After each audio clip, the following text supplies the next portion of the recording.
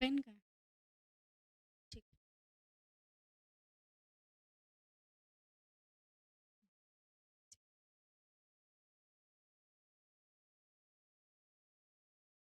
हाँ, ठीक है।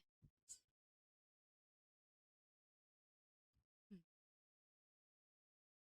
चलिए। नमस्कार दोस्तों। Hello everyone, welcome back to VS education. So बहुत समय बाद फिर से मेरी क्लास में आप सभी का स्वागत है। आज हम जो पढ़ेंगे, पहले मैं आपको एक ओवरव्यू बताती हूँ, क्योंकि 17 दिसंबर के बाद जैसा टारगेट था, एक वो टारगेट हमारा पूरा हुआ है। इसके बाद अब हमें मेंस की ओर बढ़ना है ना। तो पहले मैं आपको आपको वो मैं स्ट्रेटेजी वाइज समझा दूं कि क्या क्या उसमें चीज़ें चेंजेस होते हैं, मतलब क्या अलग होता है और क्या नहीं होता, और जो भी मिथ है ना कुछ एमपीपीएससी मेंस के लेके, अभी हम उस पर डिस्कस करेंगे। ठीक है। आपको कोई भी डाउट हो तो पूछ लेना। ठीक है। तो भाई आ गए हो, गुड आफ्टरनून एवरीवन। चलो। तो सबसे पहले, हाँ ठीक। चलो, तो सबसे पहले तो मैं आपको ये बता दूं, आज हम जो पढ़ने वाले हैं वो, आज हम दो चीज़ें हमारी कवर करेंगे। पहला तो जो हमारा कृषि वाला टॉपिक बाकी रह गया था, कृषि पशुपालन, मतलब इकोनॉमी वाला जो सेक्शन रह गया था वो पूरा करेंगे। उसके पहले मैं आपको बता दूं एमपी का सिलेबस मेंस के लिए कितना ज़रूरी है। ठीक है। सबसे पहले तो ये चीज़ें क्लियर हो, क्योंकि मैं आपको ये चीज़ें इसलिए आपसे डिस्कस करना चाह रही हूँ, क्योंकि पता है अभी जितने कई स्टूडेंट से बात हुई वो कंफ्यूज थे, मैडम मेंस का पढ़ें क्या प्री का पढ़ें। अच्छा, इसके अलावा एक चीज़ और कि आप लोगों के स्कोर अगर 75 तक हैं, अगर आप कैटेगरी में हैं, अगर ओबीसी है, ईडब्ल्यूएस है या जनरल हो, तो 75 से आसपास हो, तो आप बढ़िया धुआंधार तैयारी में लग जाइए मेंस के। ठीक है। और अगर कहीं लग रहा है कि नहीं यार अभी हम इससे नीचे हो रहे हैं, तो अभी भी अब मैं आपको बताती हूँ आपको पढ़ना कैसे है, क्योंकि सबसे ज़्यादा दिक्कत ये हो रही होगी कि आप हमारे नंबर तो आ रहे हैं मैडम 70, अब हम क्या करें। देखो, इस बार 3 क्वेश्चंस को लेके, 3 से 4 क्वेश्चन को लेके आयोग में लोग याचिकाएं दायर करेंगे, और जहां तक मुझे लगता है, क्योंकि वो सीधे सीधे अगर क्वेश्चन अलग उनके ऑप्शन को लेके कॉन्फ्लिक्ट है, तो क्या होगा उसमें, तो आपको नंबर मिलेंगे या आंसर चेंज वेंज होंगे, है ना, 3 4 क्वेश्चंस को लेके। तो अभी हम उसका भी वेट करते हैं आने का, लेकिन अब हम अपनी प्लानिंग ऐसे करते हैं कि देखना, पहला ये रहता है कि मेंस पढ़ें कि प्री पढ़ें। अभी भी देखो, जिन अब अगर हम बात है कि 3 महीने बाद हमारा मेंस है ना। अब जो लोग जिनका अभी 70 के नीचे हैं, 70 के आसपास हो, उनको जो दिक्कत होगी पहले हम उस पर बात कर लेते हैं, फिर हम दूसरी की बात करेंगे कि 3 महीनों में मेंस कैसे प्रिपेयर करना है। देखो, अभी आप लोगों को पढ़ना है, हम फिर से वही टॉपिक पढ़ेंगे जो प्री और मेंस में होंगे। जैसे कि आप अपना एमपी पढ़ेंगे, आप अपना पहले साइंस खत्म कर लें। साइंस तो हालांकि साइंस को बाद में करोगे तो भी चलेगा, कंप्यूटर है, पॉलिटी है। पॉलिटी हमेशा याद रखना, पॉलिटी से क्वेश्चन बहुत ज़्यादा टफ नहीं आते, ये मेरा एक्सपीरियंस है 5 सालों का। ठीक है। क्वेश्चन बहुत ज़्यादा टफ नहीं आते हैं पॉलिटी में, क्वेश्चन ऐसे आते हैं बन जाते हैं पढ़ के। पॉलिटी निपटाएं, ज्योग्राफी निपटाएं, हिस्ट्री फिर बाद में आए, क्योंकि हिस्ट्री में चीज़ें हैं बहुत ज़्यादा और आती इतनी है, इस कारण से। ठीक है। तो आपने क्या करना है, डिटेल में पढ़ना है। जब डिटेल में पढ़ेंगे तो आपके एक पंथ दो काज हो जाएंगे। ठीक है। अब देखो, मैं आपको ये चीज़ बता दूं मेंस के पर्सपेक्टिव से। सबसे पहले हम ये देखते हैं कि हमारा सिलेबस में क्या क्या चीज़ें हैं मेंस के। प्रीलिम्स का तो हम सारा कर चुके थे। नमस्ते सभी को, जय हिंद। चलो, है ना। कोई भी डाउट होते जाता तो पूछते जाना कि भाई आपको अभी वही, अगर बीच डगर में है क्या करना है क्या नहीं करना, तो हम क्लियर कर देंगे आपको। पहले हमें देख लें मेंस में क्या क्या चीज़ें हैं। तो देखो, अगर हम पेपर वाइज बात करें तो फर्स्ट पेपर में, है ना, फर्स्ट पेपर में जो आपका पार्ट बी, मतलब एक यूनिट 4 है और यूनिट 5 है। ठीक है। यहाँ आपकी क्या होने वाली है, एमपी से आने वाली है, 2 यूनिट हो गई। ठीक है। इसके बाद हम बात करें आपकी जो पेपर, मतलब पेपर 1 है ना, paper 1, paper 1 part B, paper 1 part B से क्या आने वाला है भाई, आपको मध्य प्रदेश का भूगोल, है ना, मतलब यूनिट 3, यूनिट 3 आपकी पूरी मेंस की है। ठीक है। अभी अपन मैं बता रही हूँ क्या क्या चीजें हैं। ये हो गई। एक और यूनिट है, हाँ, ये यूनिट जो है ये है पेपर 2 की part 2, paper 2 part 2 unit 2, unit 2 ही है। बिल्कुल ठीक है, यूनिट 2 है ना, यूनिट 2। एक ये वाली चीज भी है, कहीं ना कहीं इसमें एमपी की इकोनॉमी पे बात करी गई है। ठीक है, मैं आपको सिलेबस में बताऊंगी क्या क्या चीजें हैं। मतलब हमने होलसम देखा, हमारी 4 यूनिट है जहाँ पे क्या आ रहा है, एमपी आ रहा है ना। अगर हम एमपी की पॉलिटी की बात करें तो एमपी की पॉलिटी में तो बहुत ज़्यादा ऐसा नहीं है कि एमपी की पॉलिटी, कुछ कुछ चीज़ें मिक्स ज़रूर है। ठीक है, जैसे कि मध्य प्रदेश लोक सेवा आयोग है उसमें, है ना, और बहुत ज़्यादा ऐसे कुछ अलग स्पेशल एमपी का कुछ भी नहीं है। ठीक, मतलब कितने मेंस में कितनी यूनिट हुई आपकी, 4। ठीक, चलो अब एक एक करके हम इनका सिलेबस देखते हैं। आप लोगों को यहाँ तक रीडेबल है, पूरा चीज़ें क्लियर दिख रही हैं? जहां से कटे पिटे बता देना है ना, मैं स्लाइड को ऊपर नीचे कर दूंगी। ठीक है, चलो देखो, मैं इकोनॉमी की बात कर रहे हैं, क्यों पहले इकोनॉमी में बताऊंगी, क्योंकि ज्योग्राफी हमने आपको पढ़ा दी है, हिस्ट्री हमने आपको पढ़ा दी है, वो मैंने चीजें आपको कैसे बताई थी डिटेल में, मैं आपको सिलेबस वाइज बात करूंगी। ठीक है, आज से हमें एक काम और करना है, हमें मेंस की आंसर राइटिंग भी सीखनी है। ठीक है, ऐसा नहीं है मैंने आज से सिखाया तुम लोग आज से लिखना चालू होगा मेंस की आंसर राइटिंग, नहीं भैया, सालों लग जाते हैं मेंस की आंसर राइटिंग सीखने। ठीक है, तो जो जो हम आपको बताते जाएंगे धीरे धीरे कोशिश करिएगा समझने की, है ना। चलो, तो हम यूनिट 2 की बात करते हैं, मध्य प्रदेश की इकोनॉमी की बात करते हैं। देखें क्या क्या है, मुख्य फसलें, मतलब मध्य प्रदेश में जो जो फसलें हो रही हैं वो देखना है।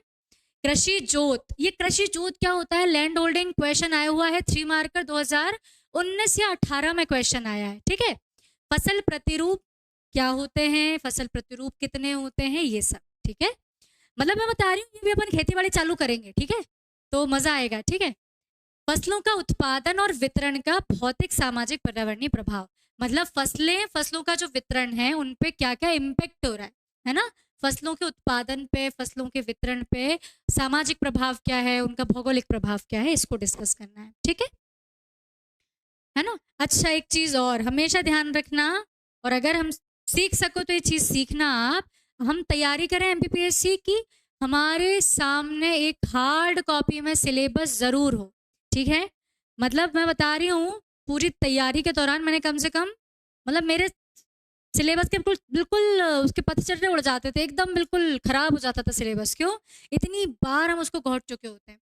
ठीक है, सिलेबस हार्ड कॉपी में जरूर रखना, सॉफ्ट कॉपी में आपका कितना ही हो, जब हार्ड कॉपी में चीजें दिखती है ना, ये हो गया, ये हो गया, ये हो गया, एक अलग इम्पैक्ट पड़ता है। हार्ड कॉपी में सिलेबस होना जरूरी है। ठीक है, तो हमें पता चलता जाता है हमने ये चीज पढ़ ली, ये चीज पढ़ ली, ये चीज पढ़ ली। ठीक, आगे चलते हैं। पर्यावरणीय प्रभाव हो गया, बीज एवं खाद की गुणवत्ता। ठीक है, बीज और खाद के बारे में पढ़ेंगे, गुणवत्ता के बारे में, उसकी आपूर्ति से जुड़े मुद्दे। आपूर्ति से जुड़े मुद्दे मतलब अगर भाई कोई बीज नहीं मिल पा रहा है, खाद नहीं मिल पा रही, तो क्या मुद्दे हैं, क्यों नहीं मिल पा रही है ना। आपने सबने देखा होगा यूरिया के लिए लाइन लगती है, लेकिन क्यों लगती है, उसका निपटान कैसे हो सकता है, उन सब चीजों की बात करेंगे। ठीक है, फिर आता है कृषि के तरीके, भैया कौन कौन सी प्रकार की कृषि कर सकते हैं, कृषि के तरीके पढ़ने हैं। फिर उद्यानिकी, मतलब यहाँ पे आपका हॉर्टिकल्चर आ गया। ठीक है, गार्डनिंग, अब ये उद्यानिकी तुम्हारी बागवानी नहीं है, ये हॉर्टिकल्चर है, मतलब उद्यानिकी फसलें कौन कौन सी होती हैं। ठीक है, मुर्गी पालन, ठीक, डेयरी, मछली, पशुपालन, अब तुम पूरे सब जानवरों को पालेंगे। ठीक, याद कीजिए हमने पशु जनगणना पढ़ी थी, कहीं ना कहीं इसी से जुड़ी हुई थी। ठीक है, मैं आपको इसलिए उन चीज़ों को बहुत अच्छे से बताने की कोशिश करूंगी, क्योंकि जो जो हम बताते जा रहे हैं ना, मेरे दिमाग में मैंने इसको ऐसे पढ़ा था, मैंने इसको ऐसे पढ़ा था, तो हम आपको एज इट इज चीज़ें बताएंगे कैसे पढ़ के एग्जाम निकलना है। ठीक है, but you have to follow the instructions. चलो, समस्याएं, तो कृषि से जो इन देखो, इन पशुपालन, डेयरी, मत्स्य, इन सबसे जुड़ी समस्याएं भी करनी है अपने को, और इनके मुद्दे भी करने हैं। भाई मुर्गी पालन के मुद्दे क्वेश्चन आया हुआ है ना। कृषि उत्पादन, कितना प्रोडक्शन हो रहा है फसल के अनुरूप। ठीक है, परिवहन, परिवहन मतलब इन जो फसलों का ट्रांसपोर्टेशन हो रहा है उसकी बात कर रहे हैं। भंडारण, विपणन, भंडारण मतलब स्टोर करना, विपणन मतलब बेचना, है ना। इनसे संबंधित समस्याएं और चुनौतियां। ठीक, मतलब तुम्हें ये यूनिट समझ में आई, ये यूनिट पूरी प्रैक्टिकली है, मतलब पूरी प्रैक्टिकल यूनिट है। आप जो जो देखते हैं उनको अच्छे शब्दों में पिरो के लिखना है। ठीक है, ओके, आगे देखते हैं। कृषि की कल्याणकारी योजनाएं, जितनी योजनाएं हमने पढ़ी थी कृषि की, सारी रिपीट होंगी। ठीक है, आगे बात करते हैं। सेवा क्षेत्र का योगदान मतलब आपका जो सर्विस सेक्टर है, 3 सेक्टर होते हैं, प्राथमिक, द्वितीयक और तृतीयक।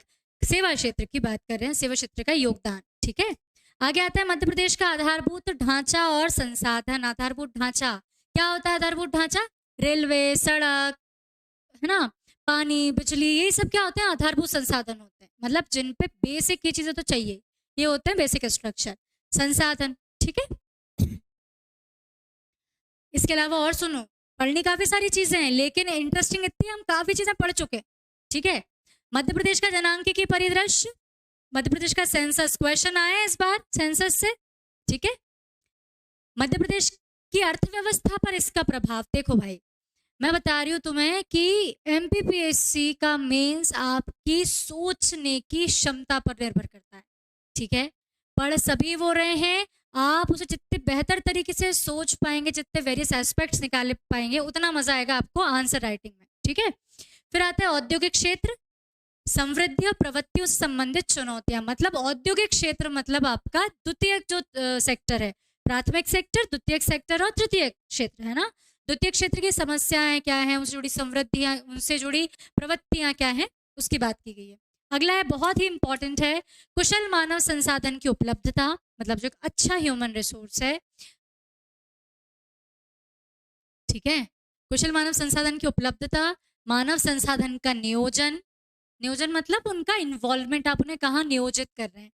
फिर आता है उत्पादकता और रोजगार के विभिन्न चलन, ट्रेंड्स, मतलब रोजगार में क्या क्या किया जा रहा है, रोजगार के विभिन्न ट्रेंड्स। ठीक है, इतनी बात क्लियर हुई? सिलेबस समझ में आया? हमें पहले पढ़ना है। ठीक है, हम एक बार आपको और सिलेबस बता देते हैं, जो और यूनिट आपकी ज्योग्राफी और हिस्ट्री वाली करनी है। ठीक है,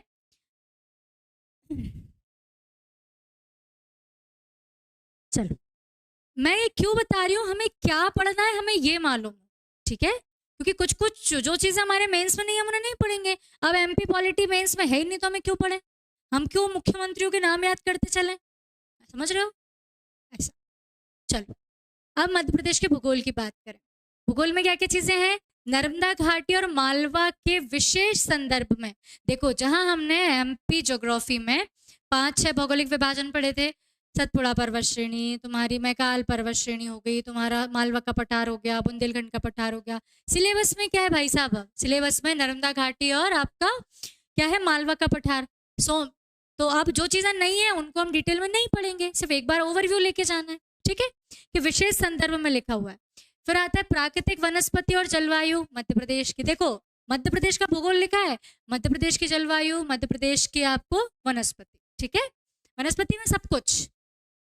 देखो, क्वेश्चन आया था, कौन सी नहीं है? आर्द्र कटीले वन, उपोष्ण और शीतोष्ण वाला आया था क्वेश्चन। फिर आता है मृदा के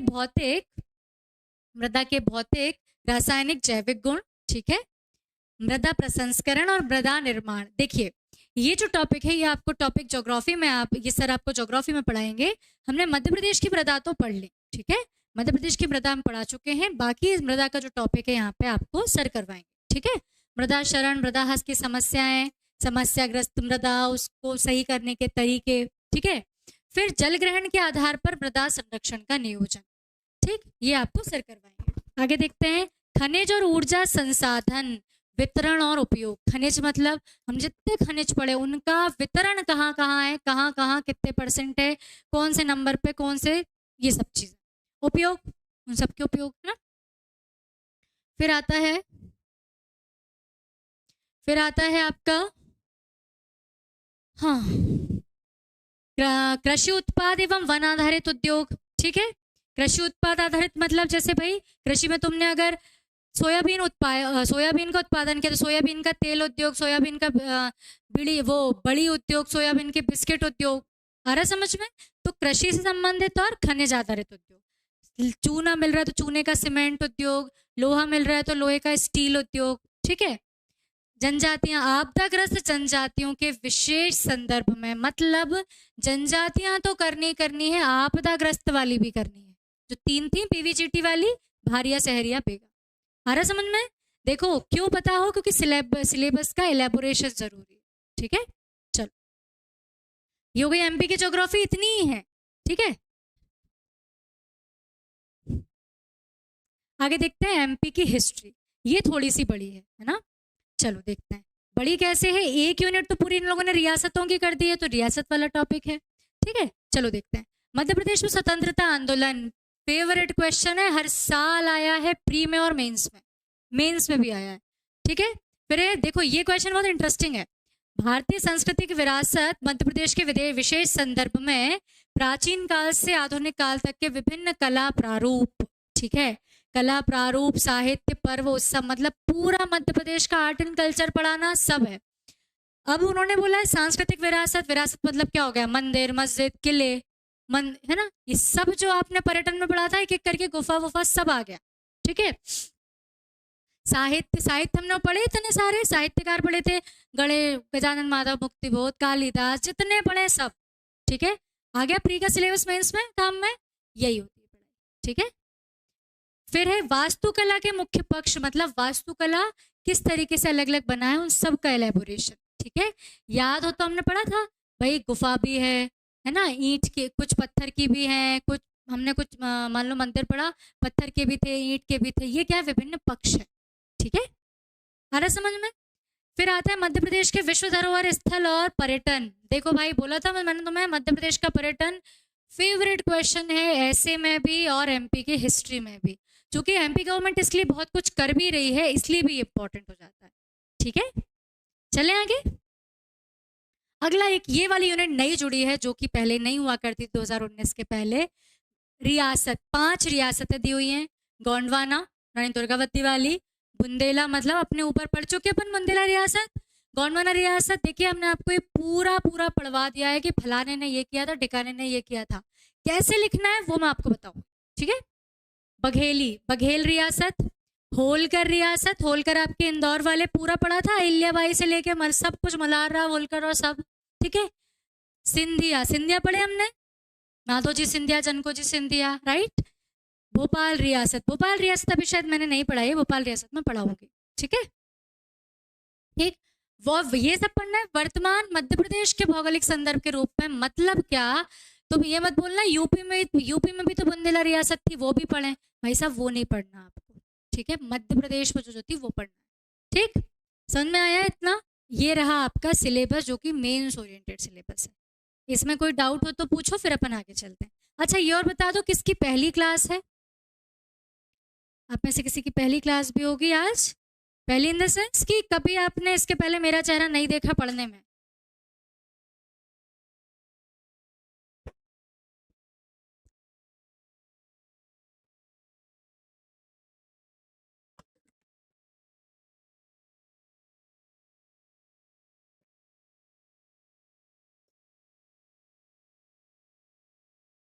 चले आगे।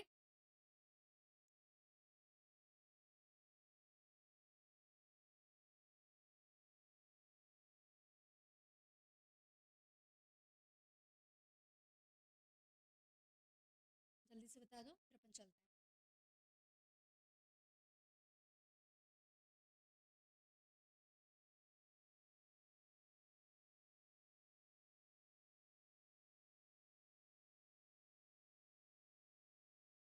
ओके,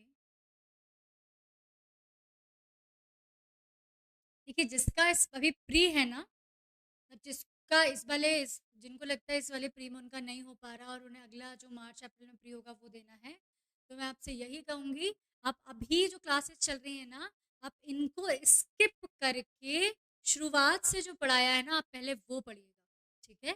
क्यों पढ़िएगा, क्योंकि वो आपका प्रीलिम्स का सिलेबस होगा, ये अब हम मेंस ओरिएंटेड पे जा रहे हैं, ठीक है। और भाई कोई भी सो मत जाना है ना, अभी बता रही हूँ, क्योंकि जिस हिसाब से आप लोग के कमेंट्स नहीं आ रहे ना, यही लग रहा है सो वो ना गए हो, ठीक है।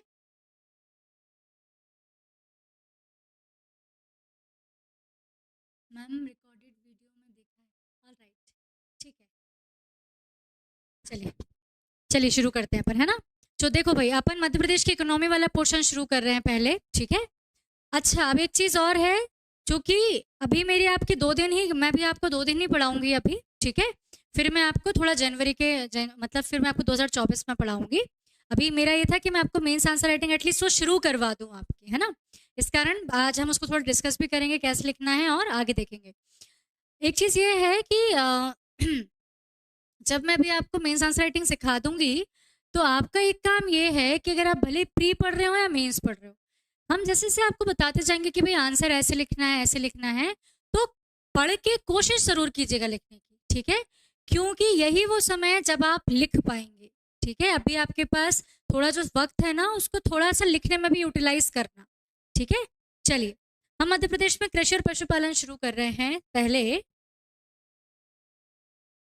चलो सबसे पहले एक शब्द आता है कृषि जोत। अच्छा पहले तो देखिए कृषि क्या होती है ना। देखो कृषि मतलब कुछ नहीं है, खेती क्या है, एक निश्चित समय में है ना, एक निश्चित भूभाग पर फसलों को उगाना, राइट, फसलों को उगाना या अन्न उत्पादन करना, या सिर्फ फसल हो सकती है, कोई सी फसल हो, तो खाद्यान्न या अखाद्यान्न फसलों को उगाना। ठीक है, क्या कहलाता है, कृषि कहलाता है। निश्चित भूभाग होना चाहिए, उगाओगे कहाँ, निश्चित भूभाग हो या निश्चित क्षेत्र हो, निश्चित क्षेत्र में निश्चित समयावधि में, ठीक है, फसलों को उगाना क्या कहलाता है, कृषि कहलाता है। ठीक है, कई सारे तरीके हो सकते हैं, कई सारी चीजें हो सकती हैं। देखें अब एक चीज आती है कृषि जोत। कृषि जोत मतलब इसे कहते हैं इंग्लिश में लैंड होल्डिंग। ठीक है, क्या कहते हैं, लैंड होल्डिंग।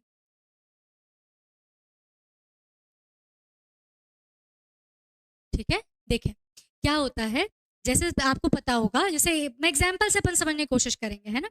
मान लो मेरे पास है, अच्छा तुम्हें ये पता है एकड़ और बीघा में से कौन बड़ा होता है, बताओ तो जरा कमेंट में किसको पता है, एकड़ बड़ा होता है या बीघा।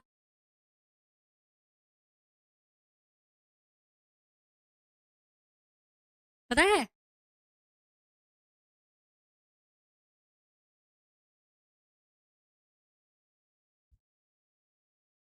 एकड़ बड़ा होता है या बीघा, देखते हैं किसको पता है। तुम्हें लोग दोगे जवाब इस चीज का। चलो देखो समझना, मान लो मैंने बोला मेरे पास है 10 एकड़ जमीन है, ठीक है, किसी ने बोला कि यार नहीं उसके पास तो 20, उसके पास तो मैडम 20 एकड़ है, एक आ गया अरे तुम 10-20 चुप रहो मेरे पास 100 एकड़ है। ठीक है, अब क्या हुआ, जिसके पास 10 एकड़ है, जिसके पास 20 था और जिसके पास 100 एकड़ था, बड़ा किसान कौन हुआ, 100 एकड़ वाला, है ना। अब अगर बात करें, ये तो बात हो गई भैया 3 लोगों के पास, बाकी तुम लोगों में से कुछ होगा मैडम हमारे पास तो कुछ भी नहीं है, मेरे पास तो मैं सही बताऊं तो मेरे पास तो 1 एकड़ क्या कुछ भी नहीं है मेरे पास तो। ठीक है, हाँ, तो अब समझना कि किसी ने बोला यार मैम इसके पास इतनी, इसके पास इतनी है, कि कई लोगों ने बोला यार हमारे पास तो कुछ भी नहीं है, हमारे पास तो कुछ भी नहीं है। इसका मतलब क्या, कि अगर हम औसत निकालें, औसत में क्या होगा, जिनके पास कुछ नहीं है वो भी तो हमारे उसमें शामिल होंगे ना, तो एवरेज बटेगी कि नहीं बटेगी, बटेगी। हाँ, अब सुनना इस चीज को, देखो तो कृषि जोत क्या होती है समझना। कृषि जोत का मतलब ये कि वह कृषि जमीन जो कि किसानों द्वारा या कृषकों द्वारा खेती के लिए उपयोग की जाती हो। ठीक है, मतलब सीधी बात है, हमारे पास जमीन कितनी है जो कि जिसमें हम खेती कर पाए, और ये याद रखना ये एवरेज निकाली जाती है, क्या निकाली जाती है, एवरेज। जैसे समझो गोवा की बात करूं, गोवा में भी पॉपुलेशन कम है तो जरा सा रखा है, तो वहां के लोगों के पास लैंड होल्डिंग भी क्या होगी, अगर पॉपुलेशन ज्यादा है तो लैंड होल्डिंग क्या हो जाएगी, कम हो जाएगी। समझ में आ रहा। बिहार की बात करें, ये समझो बिहार में सबके पास जमीन ही जमीन है, लेकिन भैया पॉपुलेशन भी तो इतनी है, जब आप उस जमीन को पॉपुलेशन के हिस्सों में बांट दोगे तो हर किसान के पास कम कम आएगी ना, मानते हो इस बात को। हम राजस्थान की बात करें, मान लो राजस्थान में भूमि तो ज्यादा है लेकिन क्या है, लोग कम है, लोग कम है तो क्या होगा, हर के पास ज्यादा ज्यादा जमीन आएगी। समझ में आ रहा है। ऐसे समझो एक कोई बहुत अमीर अमीर पिताजी हैं, है ना, उनके 2 बेटे हैं, ठीक है, जायदाद आधी आधी हो जाएगी। एक व्यक्ति है उतना ही पैसा था जितना उनके पिताजी के पास, लेकिन उनके 5 बेटे थे, भूमि क्या हो गई, बट गई ना, तो लैंड होल्डिंग किसके पास ज्यादा, 2 बेटों के पास ज्यादा, क्यों, क्योंकि ज्यादा ज्यादा उनके पास भूमि रहेगी। आया समझ में, क्लियर हुआ। आ जाओ, अब आ जाओ बैक टू क्वेश्चन। कृषि जोत क्या होता है, उस जमीन के उस जमीन से होता है कृषि का, कृषि जोत से मतलब वो भूमि या वो जमीन जिस पर खेती बाड़ी की जाती है, क्या कहलाती है, कृषि जोत कहलाती है। ठीक है, अब थोड़ी सी स्टैंडर्ड डेफिनेशन की बात करें, कि किसान के पास उपलब्ध भूमि जिस पर वह कृषि करेगा क्या कहलाएगी, कृषि जोत कहलाएगी। ठीक है, इसी के आधार पर हमें डिसाइड करते हैं कि आप किसान बड़े हो, छोटे हो, कौन से किसान। ठीक है, ये ऑन एन एवरेज निकाल ली कि भाई मध्य प्रदेश का कृषि जोत का आकार मैंने बोल दिया 1.2 एकड़ है या 1.2 हेक्टेयर है ना। आ रहा समझ में?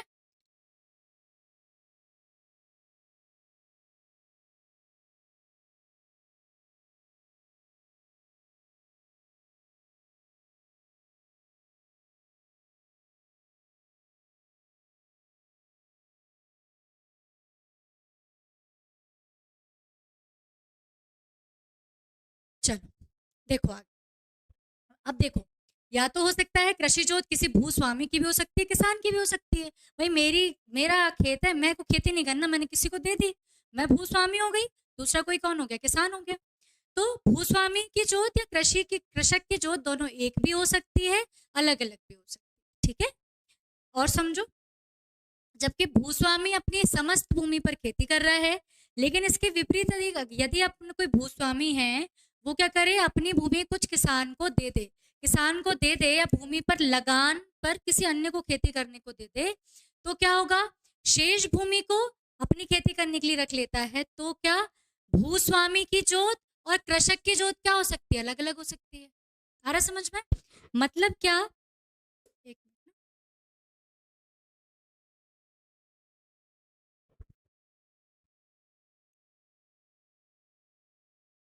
इसको हटाना, हट नहीं रहा।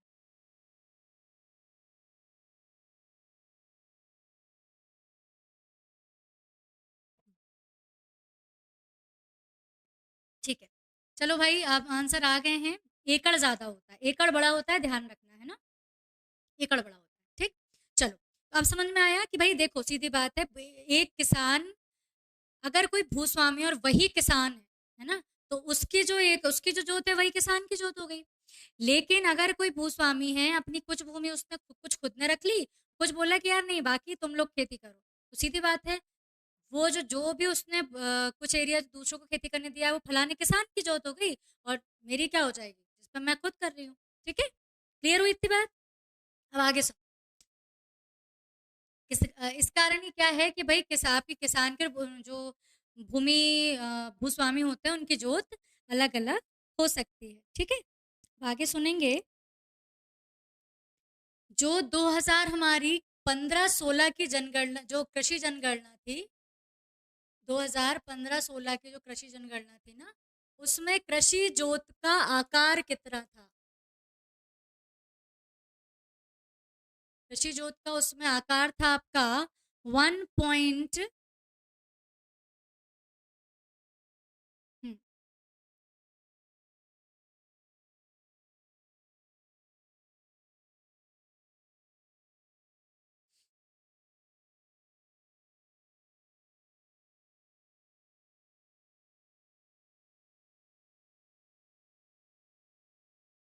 1.6 लाख हेक्टेयर। ठीक है, ये तो था भाई टोटल आकार, है ना, टोटल इतना आकार कि हमारे यहाँ कितनी भूमि कृषि योग्य है, 1.6 लाख हेक्टेयर था। अगर हम पर प्रति किसान बात करें, प्रति प्रति किसान कितना था? प्रति किसान ये था आपका 1.2 हेक्टेयर। मतलब अब हमारे यहाँ एवरेज जितने भी किसान रजिस्टर्ड हैं, जितने भी किसान हैं, उनके पास 1.2 हेक्टेयर भूमि तो है ही है। ठीक है, अब ये बोलो मैडम हमारे पास तो एक ही हेक्टेयर है, एक हेक्टेयर मतलब 10,000 स्क्वायर मीटर, है ना। तो ये तुम्हारे पास कम है, लेकिन कई के पास ज्यादा भी तो होगा, ये तो एवरेज निकाल के बताया। ठीक है, क्यों? अब देखो, जो भी कृषि से संबंधित जो छोटे छोटे आंकड़े होंगे ना, उन्हें याद करते चलिएगा, क्योंकि आप देखें 2021 का जो मेंस हुआ था, उसमें सीधे सीधे क्वेश्चन पूछा है कि इसमें कितने एमएसएमई है, कितना है फलाने की रेट, कितना राजकोषीय घाटा है, सीधे सीधे क्वेश्चन आए थे। ठीक है, इस कारण याद करते चलना है। ठीक है, 1.6 लाख हेक्टेयर। ठीक, चले आगे। आगे देखो, अब क्या होता है, कृषि जनगणना भी होती है, जैसे हमारी मानवीय जनगणना होती है, जैसे कृषि जनगणना भी होती है, उसमें अलग अलग डेटा बताया जाता है। तो कृषि जनगणना कब है? अभी अपनी 15-16 में हुई थी, हर 5 सालों में हो रही है, लेकिन क्या है, कोविड आ गया था 2021 में, तो हो नहीं पाई है ये, है ना। चलो, तैयारी चल रही है, लेकिन हुई नहीं थी, आपकी 11वीं कृषि जनगणना जो थी वो हुई नहीं थी, ठीक है। तो अभी आपको डेटा 15-16 का ही याद रखना है। चलो हम बात करते हैं कृषि जनगणना क्या होती है। माँ आप सुनिएगा, समझ में आया कृषि जनगणना? अब मैं तुम्हें बता रही हूँ, टॉपिक हमारा चालू हो गया। अब मैं तुम्हें बता रही हूँ आंसर कैसे लिखते हैं, क्या कैसे लिखते हैं, आंसर कैसे लिखते हैं, ठीक है। जो भी नए हैं, MPPSC की जर्नी में ही नए हैं, उनको एक चीज बताती हूँ, ठीक है। MPPSC में 3 तरीके का पैटर्न, 3 तरीके के क्वेश्चन आते हैं, 3 मार्कर, 5 मार्कर और 11 मार्कर। ये शुरुआती के 3 पेपर में ये आते हैं। इसके अलावा जो है आपका मतलब पेपर 4 में, पेपर 5 में क्वेश्चन की नंबरिंग बदलती है, ठीक है। सुनना ध्यान से, जिनकी पहली क्लास हो ना ध्यान से सुनना है। 3 मार्कर, कितने 3 मार्कर आते हैं बेटा? 15। हर पेपर में 2 पार्ट होते हैं, पेपर पार्ट 1 पार्ट 2, है ना। तो एक पार्ट में कितने 15 रहेंगे आपके, 3 मार्कर रहेंगे। 5 मार्कर कितने होते हैं? 10 होते हैं। 11 मार्कर कितने होते हैं? 5 होते हैं। इनमें कोई ऑप्शन नहीं होता, इनमें ऑप्शन मिल जाए तुम्हारी अच्छी किस्मत, नहीं मिले तुम्हारी बुरी किस्मत, ठीक है। ये है PSC यहाँ पे कुछ भी कर सकता है। 20 में ऑप्शन नहीं दिए थे, ठीक है। चलो अब समझना इन चीजों को। 3 मार्कर 15 आते हैं, 5 यूनिट है, मतलब on an average her unit में से कितने 3 मार्कर बनने हैं? 3 3 मार्कर बनने हैं, ठीक है। कोई हम इन पे प्रैक्टिस करेंगे कि हमसे कभी ये चीजें गलत ना हो, ठीक है। समझिएगा 3 मार्कर। अब देखो ध्यान से सुनना इस बात को, मैंने अभी तुम्हें MP इकोनॉमी का सिलेबस बताया, ठीक है। कैसे कैसे क्वेश्चन बन सकते हैं पहले उन चीजों को जानो, उसके बाद हम जैसे जैसे पढ़ेंगे। मैं आपको ये क्यों बता रही हूँ, क्योंकि हम आगे का टॉपिक जो पढ़ने वाले हैं हमें ये पता हो यार इस पे 3 मार्कर बन सकता है, इस पे 5 मार्कर बन सकता है, ठीक है। विजिबल है जो लिख रही हूँ बोर्ड पे? थोड़ा सा डार्क करूं? अब ठीक है, ठीक है। तो देखो कैसे क्वेश्चन बन सकते हैं, ध्यान सुनना। किसी योजना से क्वेश्चन बन सकता है, आ रहा समझ में? इसको पहले हो, अगर क्लास पहली बार इस चीजों के देख रहे हो तो ध्यान से सुनना, लिख लेना अपनी कॉपी में। किसी योजना से क्वेश्चन आ सकता है, ठीक है। किसी अभियान कोई MP गवर्नमेंट का चल रहा हो वहां से क्वेश्चन आ सकता है। किसी फसल से हमारा क्वेश्चन आ सकता है भैया, फसल से, उसके उत्पादन से, उसकी रैंकिंग से, ठीक है। मध्य प्रदेश का मूंगफली उत्पादन में कौन सा नंबर है 3 मार्कर में? भैया पता हो तो ठीक है, नहीं हो तो जयराम जी की। समझ में आ रहा? जैसे इस बार क्वेश्चन आया था ना तुम्हारा, कोई सी उत्पादन से क्वेश्चन आया है प्रीलिम्स में, है ना। मैग्नीज का क्वेश्चन आया था ना शायद से, हाँ मैग्नीज तांबे का जिसका भी क्वेश्चन आया हो, तो अगर कोई है ना, अब तो आपकी रैंकिंग से क्वेश्चन आ सकता है। किसी खनिज का क्वेश्चन आ सकता है भैया, चूना मध्य प्रदेश में चूना पत्थर कहाँ मिलता है? अब आया समझ में क्वेश्चन? खनिज से क्वेश्चन आ गया, चूना उत्पादन में मध्य प्रदेश का स्थान लिखिए, या मध्य प्रदेश में चूना पत्थर, बस अब लिखो चूना पत्थर क्या है। समझ में आ रहा? पहले क्वेश्चन के टाइप देख लीजिए कैसे क्वेश्चन बन सकते हैं, फिर इन्हें लिखना भी बता देंगे। आगे समझो और कौन से क्वेश्चन आ सकते हैं भैया। मुर्गी पालन की समस्याएं, मतलब आपकी जो कृषि संबंधी जो बाकी चीजें थी, मछली पालन, मुर्गी पालन, भेड़ पालन, जितने भी पालन थे, डेयरी पालन, है ना, मुर्गी डेयरी जो भी थे, इनसे पालन से संबंधित मुद्दे आ सकते हैं, चुनौतियां आ सकती हैं। आ रहा समझ में? 3 मार्कर समझ में आए कैसे आ सकते हैं, ठीक है। तो अब क्या लिखना है, देखो 3 मार्कर के लिए आपके पास 3 लाइनें, ठीक है, 3 लाइनें होती है। 3 लाइनों में आपको अच्छे से अच्छा कंटेंट देना है। कैसे देंगे बताएं? क्वेश्चन समझ में आ रहा? अब और क्या पूछा जा सकता है, मैं सिलेबस में आपको एक बार फिर से देख के बताती हूँ। हाँ भैया, फिर है आपका, देखो ये क्वेश्चन आए हैं, ध्यान रखना, मध्य प्रदेश के औद्योगिक क्षेत्र से आ सकता है ना। भाई उन्होंने पूछ लिया मध्य प्रदेश में, मध्य प्रदेश का कुछ क्वेश्चन बजट से आते हैं ना, बजट से और आपके आर्थिक सर्वेक्षण से पूछे गए पिछले साल, तो तुम्हें भी आ जाएंगे कि भैया मध्य प्रदेश के आर्थिक सर्वेक्षण 22-23 के अनुसार मध्य प्रदेश की औद्योगिक विकास दर कितनी थी, क्वेश्चन आ सकता है। समझे? समझ में आ रहा है क्वेश्चन? कुछ नहीं करना, आर्थिक सर्वेक्षण के गिनती के 5-6 डेटा याद कर लेना, याद करवा देंगे। रट्टे को मैं भी बताऊं, ऑनेस्टली रट्टा मारने होते हैं वो, तो 5-6 फैक्ट आप रट्टा मार लेना, है ना। आर्थिक सर्वेक्षण से क्वेश्चन आ सकते हैं। इसके अलावा जो है आपको और क्वेश्चन कहाँ से आ सकते हैं, सेवा क्षेत्र से, ठीक है, कि भाई मध्य प्रदेश में एमएसएमई कितने हैं, मध्य प्रदेश में स्पेशल इकोनॉमिक जोन कितने हैं, मध्य प्रदेश में फलाना पार्क कहाँ है। आ रहा समझ में भाई साहब, ऐसे क्वेश्चन आए हैं तो क्वेश्चन पूछे जा सकते हैं। 3 मार्कर समझ में आया सबको। इसके अलावा एक और है आपको, मध्य प्रदेश के जनांक की परिदृश्य, समझना इस चीज को, जनांक परिदृश्य। जनांक की परिदृश्य मतलब मध्य प्रदेश की जनसंख्या से संबंधित चीजें। उन्होंने बोल दिया मध्य प्रदेश में साक्षरता दर लिखिए, मध्य प्रदेश की साक्षरता दर पता हो, ठीक है, साक्षरता दर पता हो। अब वो ये भी तो पूछ सकता है, जब समझो प्री में पूछा जा सकता है कि 2001 से 11 के बीच इतनी थी, तो मेंस में ना पूछा जा सकता है, पूछ लेंगे मध्य प्रदेश में 2010 से 2001 से 2011 के बीच साक्षरता दर में कितनी वृद्धि हुई, ठीक है, सबसे साक्षर जिला। अच्छा, अब देखो इसी में तुम्हारा एंटर करेगा नेशनल फैमिली हेल्थ सर्वे 5। ये हर 5 साल में जो होता है नेशनल फैमिली हेल्थ सर्वे, ये पूछा जा सकता है कि भाई नेशनल फैमिली हेल्थ सर्वे के अनुसार मध्य प्रदेश में मातृ मृत्यु दर, मध्य प्रदेश में शिशु मृत्यु दर, मध्य प्रदेश में फलाना मृत्यु दर, ठीक है, समझ में आ रहा। ऐसे क्वेश्चन पूछे जाते हैं, ठीक है। शिशु में अब इसके डेटा पूछे जा सकते हैं। वो तो मध्य प्रदेश में आदिवासी जनसंख्या भी पूछ सकते हैं कि मध्य प्रदेश में आदिवासी जनसंख्या का प्रतिशत कितना है। क्लियर हुआ। तो अब हमने देखो जो आपका प्रीलिम्स का नॉलेज है, बहुत अच्छी बात है कि 3-4 महीनों बाद ही पेपर हो रहा है, कहीं ना कहीं फैक्ट आपके दिमाग में रहेंगे, ठीक है। तो आगे चलते हैं, चले आगे। समझ में आ गया कैसे क्वेश्चन पूछे जा सकते हैं, मेंस में क्वेश्चन कैसे आ सकते हैं, मेंस की चर्चा कर लें। 5 मार्कर में इस यूनिट से मैं बता रही हूँ। मुर्गी पालन की समस्याएं लिखिए 5 नंबर में, ठीक है। कृषि के विभिन्न तरीके लिखिए, मध्य प्रदेश में जैविक कृषि पर टिप्पणी लिखिए, है ना।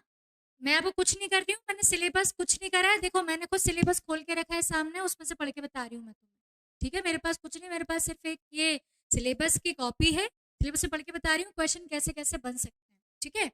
आगे समझो, मध्य प्रदेश में उद्यानिकी के लिए चलाई गई योजनाएं, मध्य प्रदेश में कृषि के लिए चलाई गई योजनाओं पर टिप्पणी लिखिए, ठीक।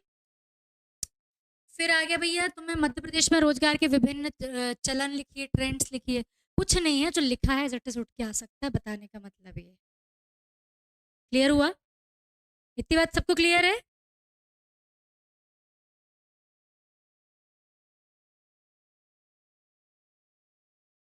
चलें आगे,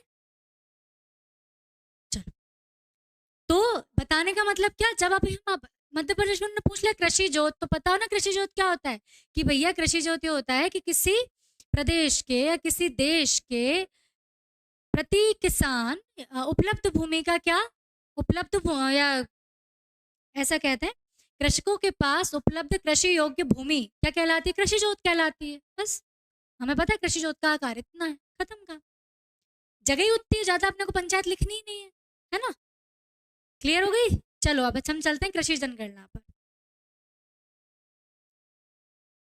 चलो एग्रीकल्चर हमारा जो सेंसस था उसकी बात करते हैं, क्या क्या चीजें थी। चलो देखो, कौन आयोजित करता है, कौन कराता है कृषि जनगणना, देखिएगा ध्यान से, कृषि सहकारिता और किसान कल्याण विभाग, ठीक है। कोऑपरेटिव जो आपका विभाग है, कृषि सहकारिता एवं किसान कल्याण विभाग है, ये आपकी क्या कराता है, कृषि जनगणना कराता है।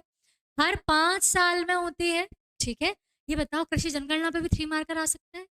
मेरा आपको बताने का मतलब क्या, आप लिखते समय पढ़ते समय इस चीज को दिमाग में रखें कि ये हमारा 3 मार्कर बन सकता है, ये हमारा ये बन सकता है क्वेश्चन, ठीक है। आगे देखें, कृषि जनसंख्या में परिचालन संपत्ति से संबंधित आंकड़ों को जनगणना के माध्यम से तैयार किया जाता है। परिसंपत्ति मतलब कितनी भूमि है ना, कितनी लैंड होल्डिंग है, कितनी भूमि है, क्या मेनली भूमि की बात की जाती है। कृषि जोत का आकार इतना है, क्षेत्रफल इतना है ना। या बात कर ली जाए कुल सिंचित क्षेत्रफल इतना है, इतने में सिंचाई हुई, इतना गैर सिंचित है। इस तरीके के सवाल पूछे जा सकते हैं, है ना। चलो, मध्य प्रदेश में जो कृषि जनगणना सबसे पहले की गई थी 1970-80 में, ठीक है। कृषि और किसान कल्याण मंत्रालय, किसने कृषि, देखो ये मंत्रालय है, ठीक है, किसान कृषि और किसान कल्याण मंत्रालय, इस मंत्रालय के अंतर्गत ये विभाग है, कृषि सहकारिता और किसान कल्याण विभाग, ये करवाता है कृषि जनगणना, ठीक है। 11वीं कृषि गणना की शुरुआत हो चुकी है। देखो 15-16 में जो लॉन्च हुई थी, 5 साल तो लगेंगे, लगते हैं ना, तो अभी 21-22 में शुरुआत हो चुकी है, कोविड के बाद शुरुआत हो चुकी है, आएगा 5 साल बाद डेटा, है ना, टेंशन की बात नहीं। इससे क्या होता है, भारत जैसे विशाल देश में और कृषि प्रधान जो देश है, इसके में व्यापक पैमाने मालूम चलते हैं हमारे यहाँ फार्मर्स की क्या स्थिति, ठीक है। आगे देखें, हर 5 साल में आयोजित कर रहे हैं। अच्छा, और कोविड के चक्कर में इस बार थोड़ी सी लेट हो गई, ठीक है, कोई दिक्कत नहीं। आगे चलते, हाँ भैया, संचालन 3 चरणों में होता है, सुनिएगा, कृषि जनगणना 3 चरणों में की जाती है, ठीक है। डेटा संग्रह किया जाता है, डेटा लिया जाता है, ठीक है। स्वामित्व को सूक्ष्म स्तर पर एक सांख्यिकी इकाई के रूप में देखा जाता है। मतलब स्वामित्व मतलब लैंड होल्डिंग के अनुरूप इनको हम पूरा इनका एनालिसिस करते हैं, ठीक है। आगे चलो, देखो कृषि जनगणना के जो आंकड़े हैं, आंकड़ों के आधार पर विभाग जो है अखिल भारतीय और राज्यों के केंद्र शासित स्तर पर इन आंकड़ों का विश्लेषण करता है। मतलब एक बार सेंट्रल लेवल पे होता है, दूसरा लेवल राज्य स्तर पर, ठीक है, राज्य स्तर पर होता है। फिर जिला तहसील स्तर की रिपोर्ट भी होती है, मतलब 3 स्तर, जिला, राज्य और आपका सेंट्रल, 3 स्तरों पर क्या होती है आपकी ये प्रोसेसिंग होती है, पूरे आंकड़ों को लिया जाता है। आगे देखें, कृषि जनगणना जो है इसमें बिल्कुल सूक्ष्म लेवल के तक आपको डेटा मिल जाता है, ठीक है। देखो आपको ये पता है जितनी भी जनगणना होती है वो भले ही आपकी जब वनों की वन सर्वेक्षण हो, मानवीय जनगणना हो, कृषि जनगणना हो, पशु जनगणना भी हो, स्टेट वाइज भी होती है, तभी तुम बता, देखो अधिकतर जनगणना पता है 3 स्तर पे होती है, समझो, तभी तो हम ये बता पाते हैं ना कि भैया बुरहानपुर का इतना सेंसस है, या बालाघाट में इतनी जनसंख्या है, या भोपाल की जनसंख्या इतनी है। क्यों? पहले जिले की देखी होगी, फिर राज्य की देखी होगी, फिर केंद्र पे गए होगे, तभी तो आप बहुत सूक्ष्म स्तर से क्या कर पा रहे हो, आकलन कर पा रहे हो, ठीक। चले, देखो इसमें क्या क्या होता है। देखो कृषि जनगणना अगर तुम्हें 3 मार्कर में आ गई तो क्या लिखोगे, समझना, मैं तुम्हें ये समझाना चाह रही हूँ। कृषि जनगणना के पहले क्या लिखेंगे, कृषि और किसान कल्याण मंत्रालय का कृषि सहकारिता और तुम्हारा किसान कल्याण विभाग आयोजित करता है, 1970 से प्रारंभ, हर 5 सालों में। 2 पॉइंट हो गए। अब ये मुझे बताओ अपन क्या लिखेंगे, कॉमा करके लिखेंगे ना, हर 5 सालों में, है ना, आपने लिखा हर 5 सालों में, लिखेंगे प्रारंभ कब से, 1970-71 से, आ रहा समझ में, कॉमा लगा लगा के लिखते जाएंगे, ठीक है। और समझो, और अब हम लिखेंगे इसमें होता क्या है भैया, क्या करते हैं, सुनो क्या करते हैं इसमें, कृषि मापदंड जैसे जोतों की संख्या, उनका क्षेत्र, उनका आकार, भूमि उपयोग, किराएदारी, कि भाई कितने लोग भूमि किराए पे देते हैं, किसानों की संपूर्ण स्थिति की जानकारी मिलती है। आ रहा समझ में, 3 मार्कर क्लियर हुआ। और यही अब आपसे बताओ, यही मेरे से कृषि जनगणना मेरे से 5 मार्कर पूछी जाती तो मैं क्या लिखती, है ना, कि भाई पहले तो होती क्या है भाई, पहले तो होती है कि कृषि संबंधी विभिन्न आंकड़ों का एक व्यापक पैमाना, व्यापक आंकड़े एकत्रित करने का तरीका है, ठीक है। फिर कब से प्रारंभ हुई, 15-16 में हुई, फिर अभी चल रही है, ठीक है। कौन कराता है इसमें और क्या क्या चीजें होती है। अब जब पूछा क्या क्या चीजें होती है तो मैं बड़ी जगह है तो डिटेल में लिखूंगी धीरे धीरे करके, आ रहा समझ में। आप सभी ने वो देखे होंगे कितना स्पेस मिलता है लिखने के लिए। देखो 5 मार्कर को लिखने के लिए आधा पेज मिलता है, करीबन 8 से 9 लाइन मिलती है, ठीक है। 8 लाइन आप मिलेंगी, ठीक है। तो कितने लाइनों में वो आ जाएगा उसको देखना पड़ेगा। मैंने, अच्छा एक चीज देखो, 2 तरीके होते हैं, कुछ लोग मेंस का जो कंटेंट होता है उसे क्वेश्चन आंसर के फॉर्मेट में पढ़ते हैं, कुछ लोग ऐसे पढ़ते हैं। मेरा मानना सही है हम इस फॉर्मेट में पढ़ें, जैसे क्वेश्चन पूछा जाएगा हम उसके अनुसार अपने आंसर को मोल्ड कर लेंगे, ठीक है। आगे चले, चलो 11वीं जनगणना है उसको सुन लेते हैं। इसकी जनगणना का कार्य अगस्त 2022 में शुरू हो चुका होगा, ठीक है। पहली बार है कि अच्छा देखो कितनी इंटरेस्टिंग बात आई, 2022 की जो 11वीं कृषि जनगणना होगी ना, उसमें स्मार्टफोन टैबलेट पर किया जाएगा। अभी तक लिख के होता था, जिससे कि ये जो डेटा होगा वो रिकॉर्ड रह पाएगा, है ना, ठीक है। डेटा को सही समय पर उपलब्ध हो पाएगा डेटा, ठीक। ओके, इसमें क्या क्या चीजें होंगी, अब इस चीज को देखें। भूमि शीर्षक रिकॉर्ड, मतलब भूमि के क्या चीजें हैं, क्या क्या उसमें किस प्रकार की भूमि है। आपको पता है पटवारी वगैरह सब होते हैं, सब वो भी इसका काम देखते हैं, हर व्यक्ति का डेटा लिया जाता है ना। चलो, डिजिटल भूमि अभिलेखों का उपयोग किया जाएगा, कि मतलब जो भी अब अभिलेख होते हैं ना वो डिजिटली हैं सबके पास, ठीक है, उनका उपयोग किया जाएगा। स्मार्टफोन टैबलेट का उपयोग किया जाएगा। ऐप सॉफ्टवेयर के माध्यम से डेटाओं का संग्रहण होगा, ठीक है। चरण 1 में क्या होंगे, जो गैर भूमि रिकॉर्ड वाले राज्य के सभी गांवों की गणना होगी, जिनके पास रिकॉर्डेड नहीं, जिनके पास रिकॉर्ड नहीं है उनकी गणना करेंगे। फिर भूमि रिकॉर्ड जैसे है ना, पहले चरण में जहां पर रिकॉर्ड नहीं है कि इस गांव में इतने इतने चीजें हैं, पहले उनकी गणना करेंगे, ठीक है। फिर आता है, फिर आपके रिकॉर्ड वाले राज्यों में करेंगे। प्रगति और प्रसंस्करण की वास्तविक निगरानी रख पाएंगे कि भाई कितनी प्रगति हुई, ठीक है, वास्तविक इनकी निगरानी करना। अधिकांश राज्य अपने भूमि अभिलेखों को अधिकांश उन्होंने डिजिटल कर दिया है। मध्य प्रदेश सरकार ने भी उनका जो भी डेटा था सब डिजिटल हो गया है, याद रखना, ठीक है। इवन गिरदावरी ऐप है, पंचायत दर्पण ऐप है, इनसे जो है इनका डेटा क्या हो गया है, डिजिटल हो गया है, मतलब सब कुछ आपको स्क्रीन पे दिख जाएगा। जिससे कृषि जनगणना के आंकड़ों में क्या होगी, स्पीड बनेगी, है ना, समझ में आया। अब कृषि जनगणना 5 मार्कर में लिख पाएंगे, 3 मार्कर में लिख पाएंगे। देखो अब एक सबसे बड़ा डाउट बताती हूँ, मेरा भी डाउट हुआ करता था, ठीक है, मुझे भी एक मेंटोर थे मेरे, उन्होंने इस चीज को बताया था, डाउट मेरा दूर किया था, मैं तुम लोग का करती हूँ। कब आंसर राइटिंग करनी चाहिए, है ना, जब पढ़ गया तब, या जब जिस दिन से पढ़ रहे हैं उसी दिन से, तो नहीं भैया। देखो आंसर राइटिंग आप तब करें, आपने कोई टॉपिक पढ़ा, टॉपिक को आपने समझा, जब आपकी समझ बन जाए ना, हाँ भाई मैं कृषि जनगणना पढ़ी, मैं आज कृषि पढ़ रही थी, जो मैडम ने पढ़ाया मुझे समझ में आया, मैंने इसके बाद खुद से पढ़ लिया, हाँ अब मेरे दिमाग में आ गया, तब मैं लिखूँ, ठीक है। नहीं आया तो शायद हो सकता है 1-2 बार आपको पढ़ना पड़े, लेकिन भाई अब चूंकि समय होता नहीं है तो दिमाग में नहीं जा रहा ना, तो भराओ दिमाग में डालना पड़ेंगी, नहीं पढ़, वो है ना बार बार मुसलमान वाला लगा के, नहीं भैया पढ़ना है। तो धीरे धीरे आप सिलेबस कवर करते जाए और धीरे धीरे आंसर लिखने की कोशिश करते हैं, क्योंकि अब समय कम बचा है ना। अच्छा, जिन लोगों का टारगेट अगला प्रीलिम्स है मार्च अप्रैल वाला, जब भी होगा ध्यान रखना उस प्रीलिम्स के पहले आपका काफी कुछ सिलेबस कंप्लीट हो जाए, क्योंकि मेंस में 3 महीने से ज्यादा समय नहीं मिल पाता, तो कंटेंट को पूरा करता चले, ठीक है। चले आगे, चलो हाँ, ये वाले चीज आप रहने दीजिए, है ना, इसको रहने दो, इसको भी ठीक है, इसे भी छोड़ो, ठीक है। क्लियर इतनी बात कि हम क्या कर पाएंगे, डिजिटली जो डेटा हुआ है उससे हमें फायदा होगा। आगे चलते हैं हम, चलो इसका मतलब का नहीं था, ये रिपीट हुआ है ये चीज, हाँ ठीक है। कृषि जनगणना में इतना ही था, ठीक है। जनगणना क्या, कृषि जनगणना के डेटा याद करना है, तो मैं आगे जो डेटा बताऊंगी आपको वो आपको याद कर लेना, अभी इसमें डेटा इतना ही था, बताऊंगी आगे डेटा। चलो डिजिटल कृषि, अब डिजिटल कृषि क्या चीज है यार, भाई सिर्फ लैपटॉप पर बैठ के खेती हो जानी है क्या, सिर्फ डिजिटल पढ़ाई होती है, नहीं। डिजिटल कृषि क्या है, सुनना ध्यान से।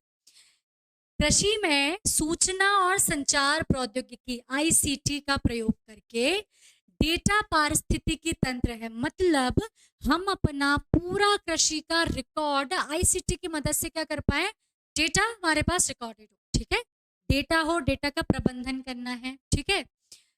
ऐसा पारिस्थितिकी तंत्र है जो सभी के लिए सुरक्षित, पौष्टिक और किफायती भोजन प्रदान करते हुए क्या करेगा, खेती को लाभदायक और टिकाऊ बनाने के लिए, ठीक है, मतलब हमें क्या करना है, खेती में आईसीटी का प्रयोग करना है। समझ में आ रहा? जैसे कि तुम मौसम की पूर्वानुमान तुमने देख लिया, आज पानी गिर रहा है, आज सिंचाई मत करो, है ना, पाला पड़ेगा, अपनी जल्दी हटाओ, फसल कट के रखिए, उसे हटाओ वहां पर। तुमने मृदा परीक्षण करवा लिया, उसमें कुछ आईसीटी का प्रयोग कर लिया, ठीक है। आपने पूरी काम जितना आप टेक्नोलॉजी का प्रयोग कर पा रहे हो ना, वो होगी क्या, आपकी डिजिटल कृषि। ठीक है, सुन, सूचना और सेवाओं का वितरण विकास का समर्थन करता है। मतलब डिजिटल कृषि क्या है, एक ऐसी कृषि जिसमें हम आईसीटी का प्रयोग करते हुए किफायती होगी, पौष्टिक होगा, और क्या होगा, रुचिकर जो कृषि करते हुए किफायती भोजन प्रदान करते हुए कृषि को लाभदायक बनाए, टिकाऊ बनाए, और क्या बनाए, समय पर लक्षित सूचना और सेवाएं क्या कर पाए, हम प्रदान करवा पाए, वो क्या कहलाएगी, आपकी डिजिटल कृषि। ठीक है, क्लियर इतनी बात? उदाहरण देखो, जैव प्रौद्योगिकी।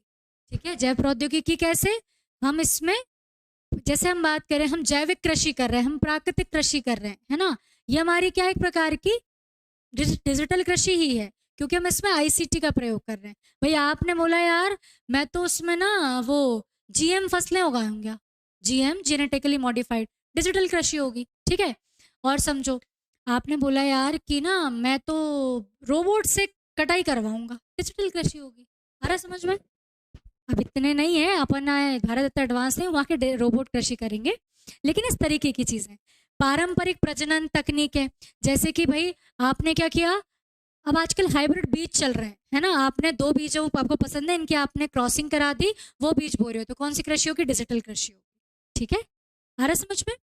उपकरणों की एक श्रृंखला है जो कि उत्पादों को बनाने के लिए या संशोधित करने के लिए जीवित जीवों के कुछ हिस्सों को चेंज कर देते हैं। जैसे कि अब बहुत सी प्रकार की कृषि चलने लगी है, जैसे वर्मी कंपोस्ट वम्पोस्ट तो है ही, अब क्या कर रहे हैं पता है, अब ऐसी भी टेक्नोलॉजी आ गई है, आपको पता है नरवाई चलाना या पराली चलाना कहते हैं। हम गेहूं के अभी मार्च अप्रैल में देखो, जितने गेहूं की फसल आएगी ना, सब उसमें आग लगा देंगे।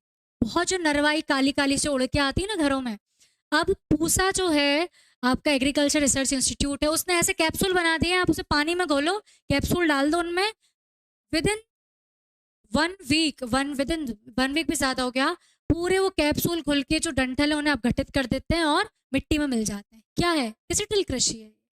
समझ में आया? डिजिटल कृषि में आईसीटी का प्रयोग कैसे होगा, टेक्नोलॉजी यूज करनी है भाई साहब। ठीक है, चलिए आगे। जानवरों में सुधार कर दिया तुमने, देखो ये याद रखना, कृषि के साथ पशुपालन साथ में चलता है, कृषि पशुपालन आप साथ लेके भी बोल सकते हैं, है ना। तो पशुपालन, सूक्ष्म जीवों का विकास सब करना इसमें शामिल है। डिजिटल कृषि समझ में आई कि कृषि के विभिन्न तरीकों में, कृषि के विभिन्न स्तरों पर आईसीटी का प्रयोग करना, सूचना एवं संचार प्रौद्योगिकी का उपयोग करना, जैसे कि मौसम पूर्वानुमान, कटाई एवं कृषि के तरीकों में, जिससे कि कृषि को अब लाभदायक, टिकाऊ और सस्टेनेबल, सतत कृषि बना पाओ। ठीक है, क्लियर हुई इतनी बात? जरा हाँ हूं तो कर दो, तुम लोग समझ में आ रही तुम्हें, है ना। चले आगे, आगे देखते हैं परिशुद्ध कृषि। क्या होती है भैया परिशुद्ध कृषि? एक ऐसी कृषि होती है, परिशुद्ध मतलब जहां पर कृषि वानिकी, है ना, इंटरक्रॉपिंग, कई सारी जो अंतर फसल होती हैं, फसल चक्र आदि, है ना, इनकी मतलब इन तकनीकों का उपयोग किया जाता है किसकी तुलना में, पारंपरिक खेती की तुलना में हम फसल चक्र अपनाते हैं। ठीक है, हम दो फसलों को साथ में उगाना, मिक्स्ड क्रॉपिंग, ये जब से काम करते हैं ना, जिससे क्या होता है, बढ़ी हुई औसत उपज प्राप्त होती है, जो उपज प्राप्त होती है वो ज्यादा प्राप्त होती है, और हम जो कृषि निर्गत है, मतलब जो हमें कृषि से प्राप्त हुआ, उनका हम सटीक रूप से उपयोग कर पाते हैं। क्या कहलाती है आपकी, परिशुद्ध कृषि कहलाती है। ऐसे ही परिशुद्ध कृषि भगवान जाने तो तोड़ दाए क्या होती है, क्या होती है परिशुद्ध कृषि, कि हम पारंपरिक खेती की तुलना में हम कुछ नवाचार करते हुए, हम मिक्स्ड क्रॉपिंग कर रहे हैं, फसल चक्र अपना रहे हैं, ठीक है, इंटर क्रॉपिंग कर रहे हैं, दो फसलों को साथ में उगा रहे हैं, तो ये चीजें क्या कहलाएंगी, आपकी परिशुद्ध कृषि कहलाएगी। इससे होगा क्या, उपज में वृद्धि होगी। ठीक है, क्लियर? देखो मैं तो बार बार बोल रही हूँ, टॉपिक समझने का है, रटने का नहीं है। ठीक है, चलो आगे देखते हैं। डिजिटल कृषि में देखें, अब भाई परिशुद्ध कृषि में भी क्या करोगे तुम, डिजिटल कृषि का ही उपयोग करोगे ना, प्राकृतिक कृषि कर सकते हो, वर्मी कंपोस्ट अच्छे से यूज कर सकते हो, कुछ आईसीटी का प्रयोग कर सकते हो। ठीक है, देखो, डिजिटल कृषि सूचना संचार प्रौद्योगिकी का उपयोग करने पर आधारित है, ठीक है। हाँ, और देखो, डेटा, आप डेटा का मापन कर सकते हो, मौसम पूर्वानुमान, मौसम की निगरानी कर सकते हो। आज आपको पता है, किसान सेवा केंद्र होते हैं, उस पर जाके किसान अपनी हर चीज पता कर लेता है। ये क्या है? एक प्रकार की डिजिटल कृषि है, ठीक है। रोबोटिक्स, ड्रोन, ड्रोन से छिड़काव होता है भाई साहब, ये है। आ रहा समझ में? ड्रोन से छिड़काव कर दिया, तुम्हें पता है? ड्रोन से पूरी निगरानी कर लेते हैं जब इंस्पेक्शन के लिए आते हैं ना, कि भाई देखो, उन्होंने बोला कि साहब मेरी फसल खराब हो गई, मुआवजा दे दो। तो क्या करेंगे? जितने एसडीएम तहसीलदार लोग जाते हैं ना, ड्रोन, उनके साथ जो पटवारी जाएंगे ना, वो ड्रोन उड़ाएंगे। लैपटॉप यहाँ पे स्क्रीन में देखेगा कि कहाँ कहाँ कैसी कैसी फसल हो रही है, खराब कितनी हुई, क्या अच्छी हुई, तो पूरे ड्रोन से निगरानी कर लिया आपने, ठीक है, क्लियर। ड्रोन से निगरानी कर ली, डिजिटल और वायरलेस प्रौद्योगिकियां आपने उपयोग कर ली, तो ये कहलाती है डिजिटल कृषि। समझ में आया? लिख पाएंगे?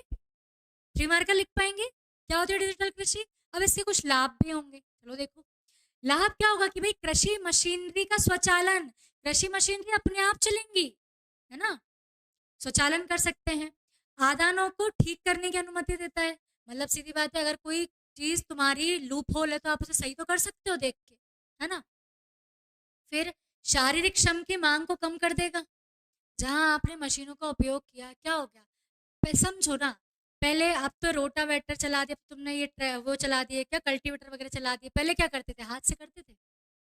अब तो वो इतनी बढ़िया मशीन आ गई है रोपने की, है ना, ऐसे कुछ मैंने देखा है, ऐसा हाथ में ऐसा होता है, उसको ऐसे ऐसे करके रोप देते हैं। पहले क्या होता था? एक एक बीज करके रोपते थे। आपको याद है पहले हल चलाया जाता था, कितनी मेहनत लगती थी उस किसान की, बैलों की, कहीं ना कहीं बहुत मेहनत थी, बहुत टीडियस काम था। अब क्या है? चलाओ हार्वेस्टर, कब कब चलता है वो तुम्हारा, निदाई गुड़ाई के इंस्ट्रूमेंट होते हैं, पता ही नहीं चलता, बहुत जल्दी काम हो जाता है। आ रहा समझ में? ये चीज। अब तो ड्रिप इरिगेशन आ गया, समझो ड्रिप इरिगेशन भी क्या होगा? एक प्रकार की डिजिटल कृषि होगी ना। कहाँ किसको कितना पानी चाहिए आप बता रहे हैं। अब तो सूखा प्रतिरोधी फसलें आ गई, कि भाई बहुत ज्यादा पानी वाली जगह, आपको सूखा क्षेत्र है, तो वहां पे आप वैसी फसल उगाओ जो कि सूखे से क्या करें, रेजिस्ट कर जाए। क्या होगी? डिजिटल कृषि होगी। समझ में आया? इससे मतलब क्या, हम कम पैसे में ज्यादा उत्पादन कर सकते हैं, ठीक है, किसान को अधिक लाभ होगा, है ना। और समझो, है ना। फिर और क्या होगा? रिमोट सैटेलाइट होते हैं, ठीक है, इनसे हम सेंसर में सटीकता में सुधार कर सकते हैं, सेंसर लगा के सटीकता में सुधार किया जा सकता है, ठीक है। और समझो, फसल की वृद्धि, भूमि या पानी की गुणवत्ता की भी निगरानी कर सकते हो, कि भैया पानी कितना चाहिए, पानी की गुणवत्ता क्या सही है हम जो दे रहे हैं, ऐसा नहीं हो पानी बहुत हार्ड हो तो हमारे फसलों को नुकसान हो जाए, है ना। इनकी गुणवत्ता पर निगरानी रख सकते हैं, लागत को कम किया जा सकता है, ठीक है। पता है, पहले लोग थे अपनी फसल में यूरिया यूरिया की बहुत करते थे, भाई जब उन्होंने टेस्ट करवाया तो उन्हें ये मालूम चला कि यूरिया की तो जरूरत ही नहीं है। आ रहा समझ में? तो क्या हो गया? किसान को अधिक लाभ होगा, किसान की मिट्टी की गुणवत्ता बनी रहेगी, किसान की लागत में सुधार होगा, है ना, पानी की गुणवत्ता बनी रहेगी, ठीक है, और शारीरिक श्रम कम हो जाएगा। और देखो, उच्च गुणवत्ता वाली जो उपग्रह इमेजनरी होती हैं, आपको पता है सैटेलाइट से भी इन चीजों का ध्यान रखा जा सकता है, ठीक है। कृषि गतिविधियों की निगरानी की लागत को नाटकीय रूप से कम कर देगी, सीधी बात है, निगरानी लागत को कम कर देगी, ठीक है। अच्छा, और एक और चीज, कि जो सरकारों की लक्षित नीतियां हैं, सरकार की जो सरकार बोलते हैं भाई हमारी इस नीति का लक्ष्य इतना है, फलाने का लक्ष्य इतना है, तो उनको भी क्या करेगी? पूरी करने में मदद करेगी, है ना, ठीक है। इससे होगा क्या? इससे बनेगी आपकी सतत कृषि, टिकाऊ कृषि। एक टर्मिनोलॉजी चलती है, सतत या टिकाऊ कृषि क्या होती है, देखो क्या होती है। जहां हम इस प्रकार की खेती करें कि देखो, हर बात बोल रहे हैं सतत या टिकाऊ का मतलब यही है कि, अच्छा एक तुम समझो, एग्जाम्पल समझो, कहते ना यार कोई कपड़ा लेना है यार, ऐसा लेंगे टिकाऊ हो थोड़ा, मतलब क्या, टिकाऊ का मतलब क्या, है ना, वर्तमान में भी हम यूज कर पाए, थोड़ा लंबा चल। समझ में आ रहा है? एक होता है टेम्परेरी, क्या बस ले लिया, पहन लिया, लिखो फेंको, है ना। लेकिन एक पेन आता है लिखो फेंको, वो 2 रुपए वाला, 3 रुपए वाला। एक होता है पेन, कौन सा आपने लिया, 50 रुपए का पेन, यार लगता है पेन, चलता भी ज्यादा है, क्वालिटी भी अच्छी है, और रिफिल भी कर पाओगे आप इसे। समझ में आ रहा है टिकाऊ का मतलब ऐसी कृषि तकनीकें, ऐसी कृषि पद्धति जो वर्तमान के हिसाब से भी अच्छी हो, पर्यावरण पे नेगेटिव इम्पैक्ट कम करे, और भविष्य में भी क्या हो, भविष्य के लिए भी हमारी जो गुणवत्ता है वो क्या रह पाए, बरकरार रह पाए। मिट्टी और पानी की टेस्टिंग पता है, जो हर कृषि उपज मंडी में एक सॉइल टेस्टिंग लेबोरेटरी होती है। हर कृषि जो अच्छी बड़ी कृषि मंडियां होती है ना, वहाँ पे सॉइल टेस्टिंग लेबोरेटरी होती है।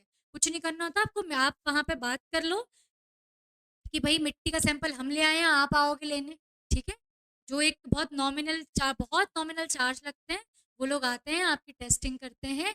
उस एक आध वीक के अंदर उसकी रिपोर्ट आ जाती है कि आपकी मिट्टी में भैया कैल्शियम कम है, कि ये ज्यादा है, तो ये तुम उर्वरक डालो, तो मिट्टी सही हो जाएगी।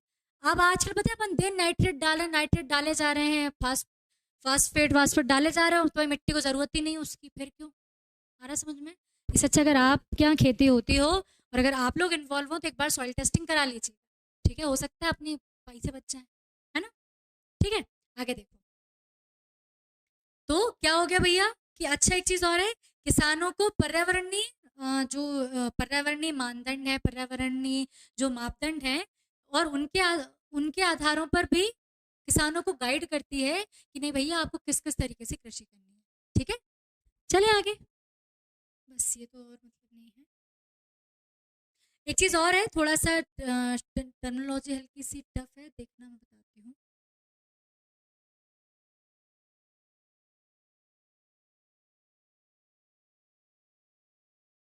एक चीज और भी है कि ये जो आपकी डिजिटल कृषि एक काम और करेगी कि डिजिटल लॉजिस्टिक सेवाएं, लॉजिस्टिक पता है क्या होता है? जो हम ट्रांसपोर्ट करते हैं ना, जैसे ट्रक में भर के या इनमें, इन्हें कहते हैं लॉजिस्टिक। मैम 3 मार्कर के लिए 2 लाइन ही मिलती हैं? नहीं, देखो ऐसा है कि क्या होता है ना कि अगर देखो कई बार क्या होता है, इस चीज को समझना आप, है ना। 3 मार्कर के लिए 2 लाइन वाले जिसका भी डाउट है ना, देखो कई बार क्वेश्चन क्या होता है, वो पूरा क्वेश्चन लिख देते हैं, तो इतनी यहाँ तक तुमने यहाँ लिखा, अगला क्वेश्चन जो चालू होता है ना, कई बार उस क्वेश्चन को यहीं से चालू कर देते हैं, तो क्या होता है अपन तीसरी लाइन में लिख नहीं पाते। आ रहा है समझ में? लेकिन मैं आपको होगा तो कॉपी भी बताऊंगी क्लास के बाद। मैं तो कहा था मैं आपको कल एक कॉपी लेके आ जाऊंगी, कॉपी बता दूंगी जैसी कॉपी आ रही है। कई जगह आपको 3 लाइनें क्लियर दिख रही हैं, आप 3 लाइनों में लिख पा रहे हो। 2020 के मेंस में 3 लाइनें क्लियर दिख रही थी, 3 लाइनों में लिख पाए। 2021 वाले मेंस में उन्होंने 5 मार्कर छोटा कर दिया। देखते हैं 2022 में भी हम लोगों को में एक और मेंस है, देखते हैं उसमें कैसा आ रहा है वो, ठीक है। 3 लाइनों में आप देखो, वर्ड लिमिट होती है 10, मिनिमम 10, है ना, 10 से 20। 3 लाइनें मिल जाए, 3 लाइनों मिलना डिपेंड करता है उन्होंने अगला क्वेश्चन लिखना शुरू कहाँ से किया है। अगर थोड़ा नीचे से लिखा है तो आप बिल्कुल लिख सकते हो, ठीक है। अपने मर्जी से लाइन नहीं खींचना, वहाँ लाइन बनी आती है, ठीक है।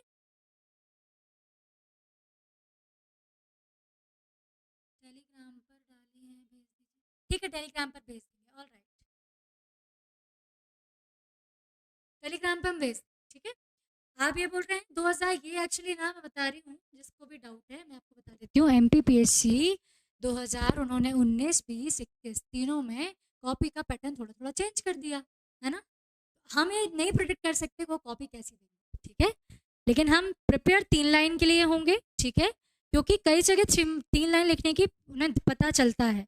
लेकिन अगर 2 लाइन भी हो तो हमें देखो, अगर 2 लाइन होंगी तो क्या, हमें सेंटेंस कम बना के कॉमा लगा लगा के लिखना होगा, ठीक है, ओके। हाँ, डिजिटल कृषि को मैं बता देती हूँ 3 नंबर में कैसे लिखेंगे, ठीक है। इसे खत्म करें फिर देखो। हाँ, तो ट्रांसबिलिटी टेक्नोलॉजीज और डिजिटल लॉजिस्टिक क्या होते हैं?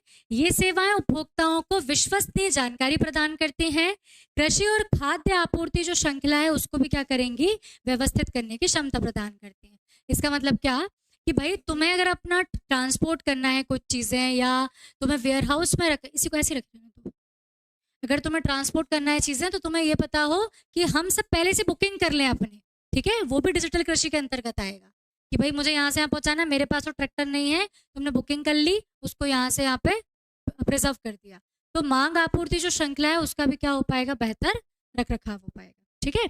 अब समझो तुम्हारी डिजिटल कृषि को 3 मार्कर में कैसे लिखेंगे, क्या लिखेंगे? कृषि में सूचना एवं संचार प्रौद्योगिकियों का उपयोग करके, ठीक है, कृषि को टिकाऊ, सतत एवं लाभदायक बनाना, ठीक है। आपका कितने उसमें कवर हो जाएगा, ये फिर से बोलती हूँ मैं, कृषि पद्धति में, ठीक है, कृषि पद्धति बोली, कॉमा प्रक्रिया भी लगा दो, कृषि प्रक्रिया लगा दो, सबसे अच्छी बात, शुरुआत से एंडिंग हो जाएगी। कृषि प्रक्रिया में सूचना एवं संचार प्रौद्योगिकी का उपयोग करते हुए कृषि को सतत मतलब क्या, वर्तमान में भी सही हो, भविष्य के लिए भी ठीक ठाक बनी रहे, ठीक है, सतत, टिकाऊ और लाभदायक बनाना, ठीक है, खत्म। आगे लिखो, लाभ में क्या होगा, शारीरिक श्रम कम होगा, ठीक है, उपज का मूल्य अच्छा मिलेगा, मतलब उपज का दाम अच्छा मिलना, मांग आपूर्ति श्रृंखला बनाए रखना, और एक और आप क्या लिख सकते हो कि जो क्या बात है, लागत कम करना, ठीक है। फिर तीसरी लाइन बचती है तो क्या लिख दें हम, सैटेलाइट से निगरानी, ड्रोन निगरानी, जीएम फसलें उगाना, बस, या जैव प्रौद्योगिकी का उपयोग करना।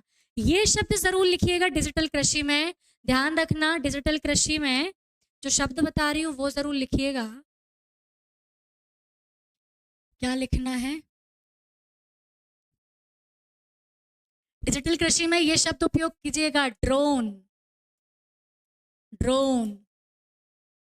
जैव प्रौद्योगिकी, ठीक है, जैविक कृषि, इनको जरूर लिखिएगा, ठीक है, तुम्हारा समझ जाएगा कि हाँ भाई बंदे को डिजिटल कृषि पता है। क्लियर इतनी बात, चले चल आगे देखते हैं। डिजिटल कृषि कोई और देख लो। डिजिटल कृषि के उद्देश्य क्या है, प्रशासनिक उद्देश्य क्या होता है भैया, सुनो कि भाई पर्यावरण की नीतियों के तो अनुपाल, पर्यावरण की नीति के अनुरूप तो होती ही होती है। पर्यावरण वाले क्या बोलते हैं, तुम्हें जलाना नहीं है ना, पराली नहीं जलाना, तुम्हें ज्यादा से ज्यादा केमिकल यूज नहीं करना, नहीं तो क्या होगी, मिट्टी खराब होगी ना, फिर तुम्हें एक्सेसिव पानी यूज नहीं करना। यही तो हम आईसीटी का प्रयोग कर रहे थे, हमें पता है इतना पानी डलना है, इतने इसमें केमिकल डलने हैं, तो क्या हो गया, पर्यावरण नीति के अनुकूल हो गई। पर्यावरण की नीति के अनुकूल है, अनुपालन या निगरानी के अलावा डिजिटल जो प्रौद्योगिकी है ना, वो प्रशासनिक प्रक्रियाओं के स्वचालन के लिए भी जरूरी होती है। कैसे प्रशासनिक प्रक्रिया, जैसे समझना, जैसे कि तुम निगरानी क्या कर रहे हो, ड्रोन से कर रहे हो, तुम्हारे पास पटवारी आया, हाँ भैया बताओ क्या है, तुमने बता दी, देखो देखो ये भूमि है, इतने इतने पे हमने उगाया है, और इससे क्या होगा। तो जो प्रशासनिक आपका कल्चर है ना, तो उनको भी उसकी निगरानी रखना आसान हो जाएगी, ठीक है, निगरानी रखना आसान हो जाएगी, भू अभिलेखों का रख रखाव आसानी से हो जाएगा, ठीक है। फिर और चीज क्या है, बड़ी संख्या में जोतों से संबंधित जो डेटा है उसको हम उचित रूप से टैग कर पाएंगे, डिजाइन कर पाएंगे, ठीक है। अगर आपने डिजिटलाइज कर दी चीजें तो प्रशासनिक दृष्टि से भी वो लाभकारी सिद्ध होंगी, ठीक है। और समझो, ये न केवल बेहतर लक्ष्यीकरण में मदद करेगा बल्कि भूमि विवादों से निपटने में भी काम आएगा। तुम्हारे पास तो पूरा डेटा तुम्हारा है, अप टू डेट है, क्योंकि आप आईसीटी में क्या कर रहे हो, कहीं से कहीं टेक्नोलॉजी का यूज कर रहे हो, ठीक है। आपने उसका पूरा सीमांकन करा दिया, कोई भूमि विवाद हो तो तुम तो बोल रहे देखो हमारे पास डेटा कब का रिकॉर्डेड है, ठीक है, भूमि विवाद से बच जाएंगे आप, ठीक है। तो प्रशासनिक उद्देश्यों में भी क्या होगी, ये लाभकारी होगी। अब ये प्रशासनिक उद्देश्य है, पर्यावरणीय उद्देश्य है, याद रखना, ये 5 मार्कर में लिखना, 3 मार्कर में लिखने की जगह ही नहीं है, ठीक है, क्लियर। इवन आपको ये पता हो कि अब तो किसान इतने भी जानकार हो गए हैं कि आपको गूगल लेंस आपने यूज किया होगा, है ना, वो गूगल लेंस से पता करके भी बता सकते हैं हमारी मिट्टी में ये वाली खरपतवार लगी है, ठीक है। तो कहीं ना कहीं जो टेक्नोलॉजी आपको सिखाई जा रही है ना, it comes under the digital farming, ठीक है। आगे देखो, डिजिटल कृषि के लिए सरकार की पहल क्या है, ये आती चीजें बहुत बहुत जरूरी। एग्री स्टैक क्या होता है, सुनना ध्यान से। किसान एवं जो कृषि एवं किसान कल्याण मंत्रालय है, इसने एक एग्री स्टैक योजना बनाई है। सुनिएगा, एग्री स्टैक क्या है, जो कृषि में प्रौद्योगिकी आधारित हस्तक्षेप का एक संग्रह है। मतलब सीधी बात है, कृषि में टेक्नोलॉजी का इंटरफेयर कराएगा एग्री स्टैक। सुनो, किसानों को कृषि खाद्य मूल श्रृंखला में एंड टू एंड सेवाएं प्रदान करवाएगा, एंड टू एंड सेवाएं प्रदान करेगा, एक एकीकृत मंच का निर्माण करेगा। देखो क्या होता है एग्री स्टैक, कृषि एवं किसान कल्याण मंत्रालय उसने लॉन्च किया है। क्या करेगा, टेक्नोलॉजी का इंटरफेयर, टेक्नोलॉजी को कृषि में इस प्रकार से डाला जाएगा कि एंड टू एंड सेवाएं प्रदान की जाएंगी। जैसे कि किसान ने बोला साहब ये चाहिए, ठीक है भाई उसके पास पहुंच रहा है। किसान की बात हो, आपको पता है कैसे समझना ये किस तरीके से काम करता है? आपको पता है पहले बहुत सारी मंडी में ट्रैक्टर ट्रॉलियों की लाइनें जमा हो जाती थी। सुनना ध्यान से, बहुत इंटरेस्टिंग है। ठीक है, लाइनें हो जाती थी, खड़े हैं बेचारे सच में 3-3 4-4 महीने दिन खड़े हैं। अब क्या होता है, पहले आप आपका स्टॉल बुक करते हो बेचने के लिए, है ना? फिर आपको बोला मंगलवार को मिला, मंगलवार को जाओ, हो जाएगा आपका काम।